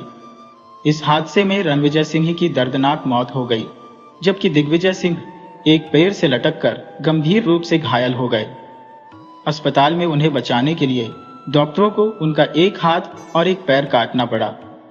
जांच के दौरान ठाकुर दिग्विजय सिंह और उनके बेटे वीर ने पुलिस को बताया कि यह हादसा एक साजिश थी और उन्होंने आरोप लगाया कि चौधरी सुमेर सिंह ने गाड़ी के ब्रेक फेल करवाकर उनकी जान लेने की कोशिश की थी। इस आरोप के आधार पर पुलिस ने सुमेर सिंह को हिरासत में लिया और उनसे कड़ी पूछताछ की गई, लेकिन चौधरी सुमेर सिंह ने इन आरोपों को पूरी तरह से निराधार बताते हुए कहा कि उन्हें इस घटना से कोई लेना देना नहीं है। उन्होंने यह भी कहा कि उन्हें खुद नहीं मालूम कि गाड़ी के ब्रेक कैसे फेल हुए। पूरी स्थिति चौधरी सुमेर सिंह के लिए भी उतनी ही हैरान करने वाली थी। ठोस सबूतों की कमी के कारण पुलिस ने चौधरी सुमेर सिंह को जमानत पर रिहा कर दिया। कुछ समय बाद ठाकुर दिग्विजय सिंह को भी अस्पताल से छुट्टी दे दी गई। अब वो बैसाखियों के सहारे चलने में सक्षम हो चुके थे, लेकिन उनका रोजमर्रा का जीवन बुरी तरह प्रभावित था। उनके दैनिक कार्य जैसे नहाना, धोना और खाना सब उनकी पत्नी द्वारा करवाए जाते थे, क्योंकि उनका जो एक सही सलामत हाथ बचा था वह भी उल्टा था, जिससे वह किसी भी काम को आसानी से नहीं कर पाते थे। रणविजय सिंह की मौत ने ठाकुर दिग्विजय सिंह को भीतर से पूरी तरह तोड़ दिया था। इस हादसे के बाद उन्होंने रूपा और वीर की शादी की तारीख भी टाल दी। इस दुखद घटना के बाद गांव वालों की पूरी सहानुभूति ठाकुर दिग्विजय सिंह के साथ थी। लोगों को मन ही मन यह शक भी था कि इस दुर्घटना के पीछे कहीं न कहीं चौधरी सुमेर सिंह का हाथ हो सकता है। घटना को बीते हुए 2 महीने हो गए थे और सरपंच चुनाव का दिन आ गया था। पूरे गांव ने एकजुट होकर अपना मत ठाकुर दिग्विजय सिंह को दिया और वह भारी मतों से विजयी हुए। हालांकि इस जीत की उन्हें जरा भी खुशी नहीं थी। जिस जीत का जश्न वह पहले धूमधाम से मनाते, आज उसी जीत ने उन्हें निहसन कर दिया था, क्योंकि उनका छोटा भाई रणविजय सिंह अब उनके साथ नहीं था। चुनाव के 2 दिन बाद ही एक सुबह जब गांव का एक व्यक्ति खेतों में गया तो उसने नरेश की लाश देखी। यह खबर पूरे गांव में आग की तरह फैल गई। नरेश के पिता जगजीवन राम, वीर और अन्य गांव वाले तुरंत वहां पहुंचे। नरेश की लाश गांव के एक खेत में पड़ी थी। उसके सिर पर एक बड़ा पत्थर मारकर उसे मौत के घाट उतारा गया था। उसके शरीर पर खून के निशान थे और यह दृश्य सभी के लिए बेहद दर्दनाक था। नरेश के पिता अपने बेटे की लाश से लिपटकर फूट फूट कर रोने लगे। नरेश ही उनका अंतिम सहारा था, खासकर उनकी पत्नी की मौत के बाद। गांव के लोग स्तब्ध थे और यह सोच रहे थे कि नरेश आखिर रात में खेत में क्या करने आया होगा। उसकी हत्या ने पूरे गांव को सदमे में डाल दिया। बहुत से लोग यह मान रहे थे कि नरेश की मौत के पीछे भी चौधरी सुमेर सिंह का हाथ हो सकता है। शायद चुनाव में हार का गुस्सा निकालने के लिए उन्होंने नरेश की हत्या करवा दी हो। किसी अज्ञात व्यक्ति ने पुलिस को सूचना दी और कुछ ही देर में पुलिस नरेश की लाश को कब्जे में लेकर पोस्टमार्टम के लिए भेजने पहुंच गई। शक के आधार पर पुलिस ने चौधरी सुमेर सिंह और उसके बेटे अमर सिंह को हिरासत में लेकर कड़ी पूछताछ की। हालांकि इस बार भी पुलिस के हाथ उनके खिलाफ कोई ठोस सुराग नहीं लगा। बाप बेटे दोनों ने नरेश की हत्या से साफ इनकार कर दिया। चौधरी सुमेर सिंह ने गुस्से में कहा, तुम सबको क्यों लगता है कि चुनाव में हार के कारण मैंने गुस्से में यह हत्या करवाई होगी? यह सरासर गलत है। मानता हूं कि मुझे हार से काफी निराशा हुई, लेकिन इसका मतलब यह नहीं कि मैं किसी की जान लूं। पिछली बार जब मैं चुनाव हारा था तब भी किसी की जान नहीं ली, फिर अब क्यों लूंगा? कोई मेरे खिलाफ साजिश रच रहा है, मुझे बदनाम करने की कोशिश कर रहा है। पुलिस ने हर संभव कोशिश की, मगर उन्हें कोई पुख्ता सबूत नहीं मिला। आखिरकार चेतावनी देकर उन्हें छोड़ दिया गया कि पुलिस की नजर हमेशा उन पर बनी रहेगी, इसलिए कोई चालाकी करने की कोशिश न करें। ठाकुर दिग्विजय सिंह को यकीन था कि नरेश की हत्या में चौधरी सुमेर सिंह का ही हाथ है। इस ख्याल ने उन्हें आक्रोशित कर दिया। वीर, जो नरेश का सबसे करीबी दोस्त था, उसकी हत्या से टूट चुका था। रूपा ने वीर को संभालने और हिम्मत देने की कोशिश की, लेकिन वीर के दुख का कोई मोल नहीं था। पुलिस के पास अब कोई ठोस दिशा नहीं थी। वे लगातार जांच पड़ताल कर रहे थे, लेकिन न तो ठाकुर रणविजय की हत्या के कातिल का सुराग मिल रहा था, न ही उस हमले का जिसने ठाकुर दिग्विजय सिंह को अपाहिज बना दिया और अब नरेश की हत्या भी कर दी। पुलिस और गांव वाले दोनों ही अजीब उलझन में थे। आखिर ये सब किसके इशारे पर हो रहा था? इसका मकसद क्या था? नरेश की मौत के बाद ठाकुर दिग्विजय सिंह ने वीर और रूपा की शादी की तारीख को और भी आगे बढ़ा दिया, यह सोचते हुए कि इस हालात में शादी करना उचित नहीं होगा। ऊपर से उन्हें यह भी डर था कि कहीं अगला निशाना वीर न बन जाए। इस चिंता के चलते ठाकुर ने शादी का विचार फिलहाल टाल दिया। लेकिन वीर इस निर्णय से बिल्कुल भी खुश नहीं था। वीर को अपने चाचा और नरेश की मृत्यु का दुख तो था, लेकिन उससे भी ज्यादा पीड़ा उसे रूपा से दूर रहने की हो रही थी। वह अब किसी भी कीमत पर रूपा को अपने पास पाना चाहता था। उसकी आत्मा में बेसब्री की एक आग जल रही थी, जो उसे जल्द से जल्द रूपा को हासिल करने के लिए मजबूर कर रही थी। इसी जल्दबाजी में उसने अपने पिता ठाकुर दिग्विजय सिंह से तुरंत शादी की बात की, परंतु ठाकुर ने साफ इनकार कर दिया। यह सुनकर वीर का दिल टूट गया और जब उसे कोई रास्ता नहीं सूझा तो उसने एक खतरनाक योजना बनाई। उसने सोचा, शादी की बातें तो चलती रहेंगी, लेकिन मैं अब और इंतजार नहीं कर सकता। एक दिन जब ठाकुर दिग्विजय सिंह और उनकी पत्नी दवा लेने अस्पताल गए थे, वीर ने घर के सभी नौकरों की छुट्टी कर दी। यह उसे एक सुनहरा मौका लग रहा था। उसने रूपा को अकेले में मिलने के लिए घर बुला लिया ताकि वह अपनी इच्छा पूरी कर सके। उस वक्त घर में सिर्फ वीर और रूपा थे। अचानक घर में आग लग गई। आग इतनी भयंकर थी कि पूरे घर को अपनी चपेट में ले लिया। वीर और रूपा अपनी जान बचाने के लिए जोर जोर से चिल्लाने लगे। उनकी चीखें सुनकर गांव वाले इकट्ठे हो गए। लोग अपने घरों से पानी लेकर आग बुझाने की कोशिश कर रहे थे, लेकिन आग और भी भड़कती जा रही थी। आग इतनी विकराल हो चुकी थी कि उसे रोकना मुश्किल हो गया था। रूपा किसी तरह घर से भागकर बाहर आ गई, लेकिन उसके शरीर पर चोटें आई। वह रोते हुए भीड़ से बार बार वीर को बचाने की गुहार लगा रही थी। जब ठाकुर दिग्विजय सिंह और उनकी पत्नी अस्पताल से वापस आए तो उन्होंने अपने घर को आग में जलते हुए देखा और घबरा गए। किसी ने उन्हें बताया कि वीर अंदर फंसा हुआ है। ठाकुर ने अपने बेटे को बचाने की कोशिश की, लेकिन लोगों ने उन्हें रोक लिया। आग को काबू करने के लिए दमकल गाड़ी और पुलिस को बुलाया गया, लेकिन जब तक वे पहुंचे तब तक पूरा घर आग में जल चुका था। वीर की जलकर मौत हो गई थी। अपने बेटे की मौत से उसकी मां मैना देवी सदमे में पागल हो गई और ठाकुर दिग्विजय सिंह अपने पूरे संसार को राख में तब्दील होता देख अवाक रह गए। पुलिस को वीर की जली हुई लाश मिली। गांव वाले ठाकुर को सांत्वना दे रहे थे, लेकिन वह अपना सब कुछ खो चुके थे। मैना देवी को अस्पताल में भर्ती करवाया गया। अस्पताल के उस कमरे में रूपा मैना देवी का सहारा बनने की कोशिश कर रही थी, परंतु मैना देवी अपने बेटे की मौत के गहरे शोक में डूबी हुई थी। ठाकुर दिग्विजय सिंह के जीवन में त्रासदी का तूफान उनके पूरे परिवार और गृहस्थी को तहस नहस कर चुका था। वह जैसे ही पुलिस की लापरवाही को याद करते, गुस्से और दुख से भरे हुए उन्हें कोसने लगते। आंसुओं से भरी आवाज में वह बार बार पुलिस को कोसते हुए कहते, अगर उन्होंने कातिल को समय पर पकड़ा होता तो आज मेरा बेटा जिंदा होता। उनके इस हृदय विदारक दृश्य ने वहां मौजूद हर किसी का मन द्रवित कर दिया था।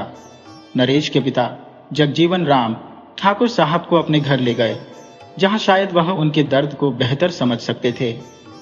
इस बीच पुलिस ने शक के आधार पर फिर से चौधरी सुमेर सिंह और उनके बेटे को हिरासत में लिया, लेकिन कोई ठोस सबूत न मिलने पर उन्हें पूछताछ के बाद रिहा कर दिया। जब पुलिस ने वीर की मौत के संदर्भ में रूपा से सवाल जवाब किए तो उसने बताया कि वीर ने उसे किसी महत्वपूर्ण कार्य के सिलसिले में घर पर बुलाया था। वे दोनों आपस में बातचीत कर ही रहे थे कि अचानक घर के पीछे से जलने की दुर्गंध आने लगी। घबराकर जब उन्होंने मकान के पिछवाड़े का दरवाजा खोला तो वहां आग धधक रही थी। आग की भयावहता देखकर वे दंग रह गए। इससे पहले कि वे कुछ कर पाते, आग पूरे घर में फैल चुकी थी। रूपा ने आंसुओं से भरी आंखों से कहा, मैं और वीर अपनी जान बचाने के लिए घर से बाहर भागे। किसी तरह मैं तो बाहर निकल आई, लेकिन वीर जैसे ही बाहर आने की कोशिश कर रहा था, तभी कोई जलती हुई चीज उस पर गिर गई। उसके कपड़ों ने आग पकड़ ली और वह जलती लपटों में घिर गया। पुलिस ने रूपा से पूछताछ की, लेकिन उन्हें यह पता नहीं चल सका कि घर के पिछवाड़े में आग कैसे लगी। इस रहस्यमयी घटना से पुलिस भी उलझन में थी कि आखिर ऐसा कैसे हो सकता है। देखते ही देखते यह खबर पूरे जिले में फैल गई, मानो आग की लपटें हर ओर पहुंच गई हो। मीडिया के लोग पुलिस पर सवालों की बौछार कर रहे थे और पुलिस खुद उन सवालों के जवाब ढूंढने में असमर्थ हो रही थी। पुलिस का पूरा दल उस कातिल की खोज में जुटा हुआ था, लेकिन लाख कोशिशों के बावजूद वे कोई सुराग नहीं पा सके। इस मामले ने पुलिस को हिलाकर रख दिया था क्योंकि कातिल बहुत चालाकी से खेल रहा था। उसने बड़ी सफाई से 3 हत्याएं कर दी और ठाकुर दिग्विजय सिंह के जीवन को पूरी तरह तबाह कर दिया। ठाकुर साहब अब एक चलती फिरती लाश जैसे हो गए थे। उनका दिल बार बार यही सोचकर तड़पता था कि अगर वह कातिल उनके हाथ आ जाए तो वह उसे जिंदा नहीं छोड़ेंगे। उधर मैना देवी अपने बेटे की मौत के बाद गहरे सदमे में चली गई और कोमा में पहुंच गई। डॉक्टरों ने उन्हें बचाने की बहुत कोशिश की, लेकिन वे नाकाम रहे। मीडिया के बढ़ते दबाव और लोगों में पुलिस के प्रति आक्रोश को देखते हुए सरकार ने पुराने एएसपी को हटाकर नए एएसपी अशोक वर्मा को नियुक्त किया। अशोक वर्मा जटिल मामलों को सुलझाने में माहिर थे। उन्होंने इस केस के हर पहलू को बारीकी से देखा और उन स्थानों का दौरा किया जहां रणविजय सिंह, नरेश और वीर की हत्या हुई थी। उन्होंने चौधरी सुमेर सिंह और उसके बेटे से भी सख्त पूछताछ की, लेकिन उनके हाथ कोई ठोस सुराग नहीं लगा। लंबी जांच के बाद अशोक वर्मा के मन में एक विचार आया। उन्होंने अपने विचार को किसी के साथ साझा किए बिना इस मामले को खुद सुलझाने का निर्णय लिया। कड़ी छानबीन के बाद उन्हें एक महत्वपूर्ण सुराग हाथ लगा। उन्होंने तुरंत अपनी टीम को लेकर ठाकुर दिग्विजय सिंह के पास पहुंचने का निर्णय लिया।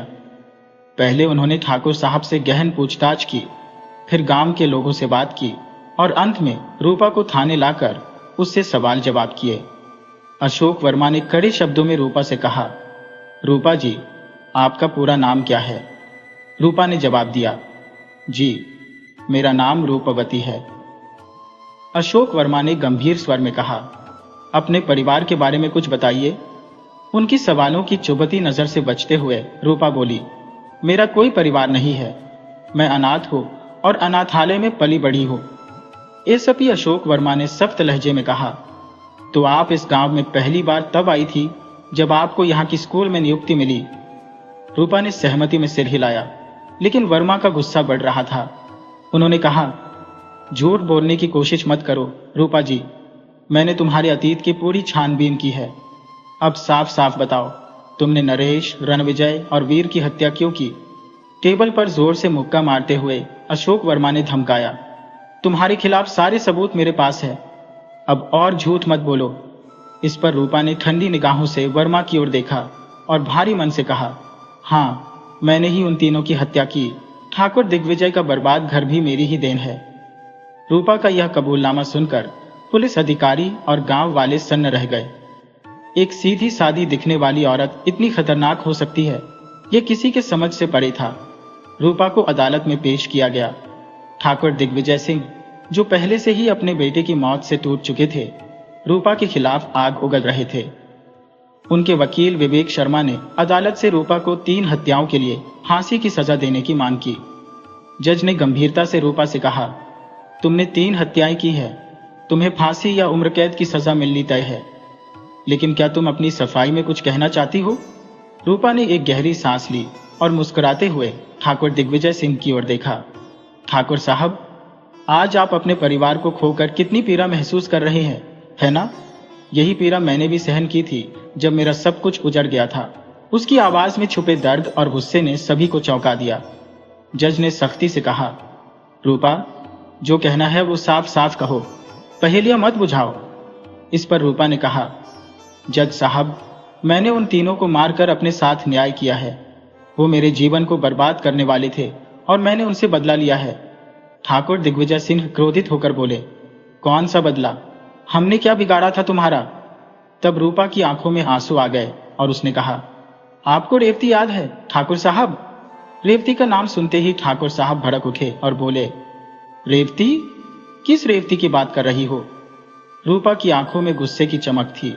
उसने कठोरता से कहा, इतनी जल्दी भूल गए ठाकुर साहब? हाँ, मैं उसी रेवती की बात कर रही हूं। ठाकुर के चेहरे पर अब थोड़ी उलझन थी। वो कुछ पल सोचते रहे, फिर बोले, तुम उस नाचने वाली रेवती की बात कर रही हो?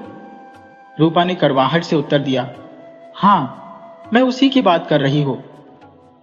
रूपा ने गहरी सांस लेते हुए जज की ओर देखा और कहा, जज साहब, हमारा परिवार एक समय में बहुत खुशहाल था। हम सपेरों की बस्ती में रहते थे। मेरे पिता रामू सांप पकड़ने का काम करते थे और मेरी माँ गांव के कार्यक्रमों में नाच गाना करती थी। हम भले गरीब थे, लेकिन खुश थे। हमारे कबीले में बच्चों को पढ़ाने का चलन नहीं था, लेकिन मेरे पिता का सपना था कि हमें पढ़ा लिखा कर एक अच्छा इंसान बनाए। उस समय मेरी बड़ी बहन रेवती 14 साल की थी, मेरी उम्र 8 साल और हमारा छोटा भाई गोलू जो सिर्फ 5 साल का था। एक दिन ठाकुर दिग्विजय सिंह के बेटे का जन्मदिन था और उन्होंने मेरी माँ और कबीले की औरतों को बुलाया नाच गाने के लिए। मेरी माँ और बाकी औरतें वहां गईं और कार्यक्रम में नाच गाना किया, लेकिन ठाकुर की निगाहें मेरी माँ की खूबसूरती पर गड़ी थी। उसकी नीयत खराब हो गई और उसने मेरी माँ के साथ गलत हरकत करने की कोशिश की।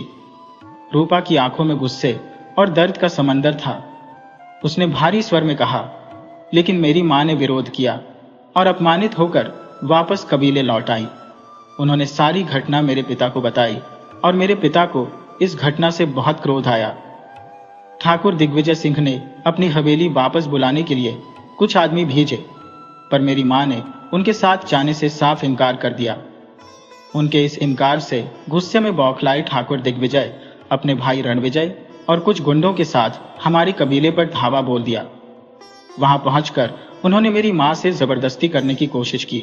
जब मेरे पिता ने उनका विरोध किया तो उन लोगों ने उन्हें तब तक बेरहमी से डंडों से पीटा जब तक उनका दम न निकल गया। मेरे छोटे मासूम भाई गोलू ने जब देखा कि पिता को निर्दयता से मारा जा रहा है, वह बिलखते हुए उनके पास जाकर उनसे चिपक गया, लेकिन इन दरिंदों ने उसके मासूम होने की भी परवाह नहीं की। उन बेदर्दों ने उसे भी पीट पीट कर मौत के घाट उतार दिया। हम दोनों बहनें, मैं और मेरी बड़ी बहन रेवती, कोने में खड़ी होकर डर से थरथराती हुई यह पूरा भयावह दृश्य देख रही थी। ठाकुर दिग्विजय और उनके भाई ने इसके बाद मेरी मां के साथ जबरदस्ती की कोशिश की। अपनी इज्जत बचाने के लिए मां ने पास पड़ा एक चाकू उठाकर अपने पेट में घोंप लिया और वही आत्महत्या कर ली। कबीले के लोग सब कुछ चुपचाप देखते रहे, मगर डर के मारे कोई हमारी मदद के लिए आगे नहीं आया। ठाकुर दिग्विजय सिंह और उनके भाई की वहशियत ने मेरा हंसता खेलता परिवार मिट्टी में मिला दिया था। हम इतने डरे हुए थे कि पुलिस में शिकायत दर्ज कराने की हिम्मत भी नहीं कर सके। मेरी दादी ने मुझे एक गांव के शिक्षक की मदद से अनाथ आश्रम भेज दिया, जबकि मेरी बहन किसी तरह अपनी जिंदगी के दिनों को गुजार रही थी। लेकिन दुर्भाग्य ने पीछा नहीं छोड़ा। ठाकुर दिग्विजय के बेटे वीर और उसके दोस्त नरेश की नजर एक दिन मेरी बहन पर पड़ी और उनकी नीयत बिगड़ गई। उन्होंने मेरी बहन का अपहरण कर लिया। उसके साथ दरिंदगी करने के बाद उन दरिंदों ने उसकी गला दबाकर हत्या कर दी। जब उनसे भी मन नहीं भरा तो उन दुष्टों ने मिट्टी का तेल छिड़क कर उसे जला दिया। इस विभत्स घटना को सहन न कर पाने के कारण मेरी दादी भी सदमे में चल बसी। अब मेरी दुनिया में कोई नहीं बचा था। यह सब जानकर भी मैं उस गांव वापस नहीं जा पाई, परंतु मन में बदले की आग जलने लगी। मैंने कसम खाई थी कि जिस तरह ठाकुर दिग्विजय सिंह ने मेरे परिवार को बर्बाद किया है, वैसे ही मैं उनके परिवार को तबाह करूंगी। किस्मत का खेल ऐसा था कि मेरी नौकरी उसी गांव में लग गई। मेरा काम और भी आसान हो गया। जब मैं 9 साल की थी, उस समय इस गांव से अनाथ आश्रम गई थी, इसलिए इतने साल बाद कोई भी मुझे पहचान नहीं पाया। मैंने सबसे पहले उनके बेटे वीर को अपने मोहपाश में फंसाया।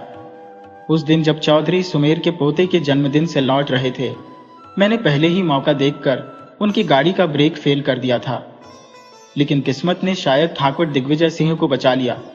मुझे समझ नहीं आया ये कैसे हो गया। फिर जैसे वीर को अपने मोहजाल में फंसाया था, वैसे ही नरेश को भी अपने प्रेम के छलावे में फंसा लिया।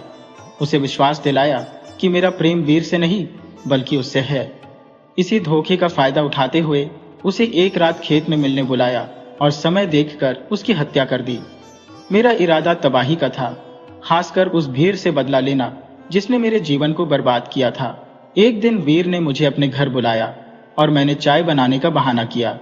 जैसे ही मैं रसोई में गई, मैंने गैस सिलेंडर के पाइप को खोल दिया, जिससे पूरे घर में आग फैल गई। मेरी योजना के मुताबिक मैं घर से सुरक्षित बाहर निकल आई, लेकिन वीर आग में फंसकर बाहर नहीं आ सका। उसकी वही मौत हो गई। मेरी प्रतिशोध की आग बुझ गई थी।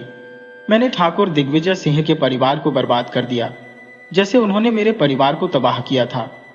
रूपा की इस कथा को सुनकर वहां मौजूद सभी लोग स्तब्ध और दुखी थे। उन्हें समझ आ रहा था कि रूपा के साथ कितना बड़ा अन्याय हुआ था। जज ने काफी सोच विचार के बाद कहा, हाँ रूपा, तुम्हारी बातों को सुनने के बाद यह समझ में आता है कि तुमने बदले की आग में जलकर यह कदम उठाया है। इस अदालत का निर्णय है कि तुम्हें 10 साल की कारावास की सजा सुनाई जाती है और 10 वर्षों की लंबी प्रतीक्षा के बाद आज रूपा के जीवन में स्वतंत्रता का दिन था।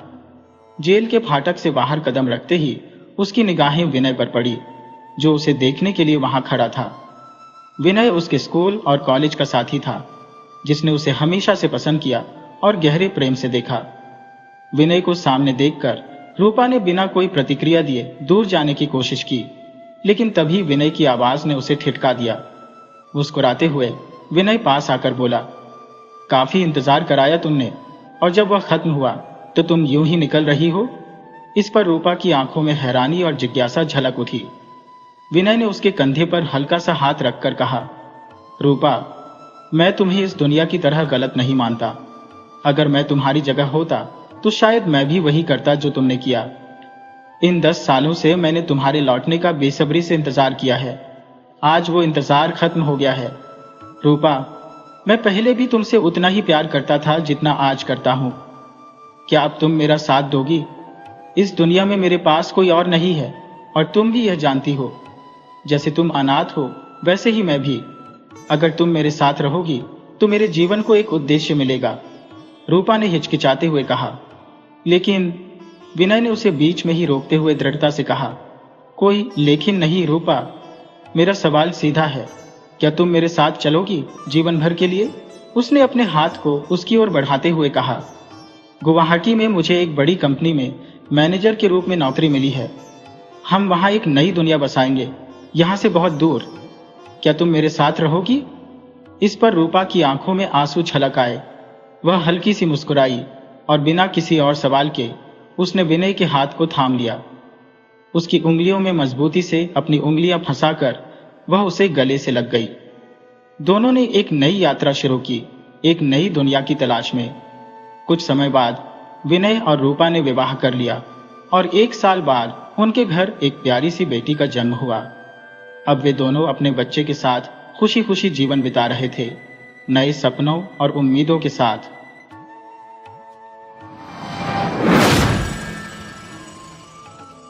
वीडियो अच्छी लगी हो तो इसे लाइक करें और ऐसी ही मज़ेदार कहानियों के लिए चैनल को सब्सक्राइब करें और बेल आइकन दबाएं। ज़्यादा से ज़्यादा अपने दोस्तों को शेयर करें। धन्यवाद।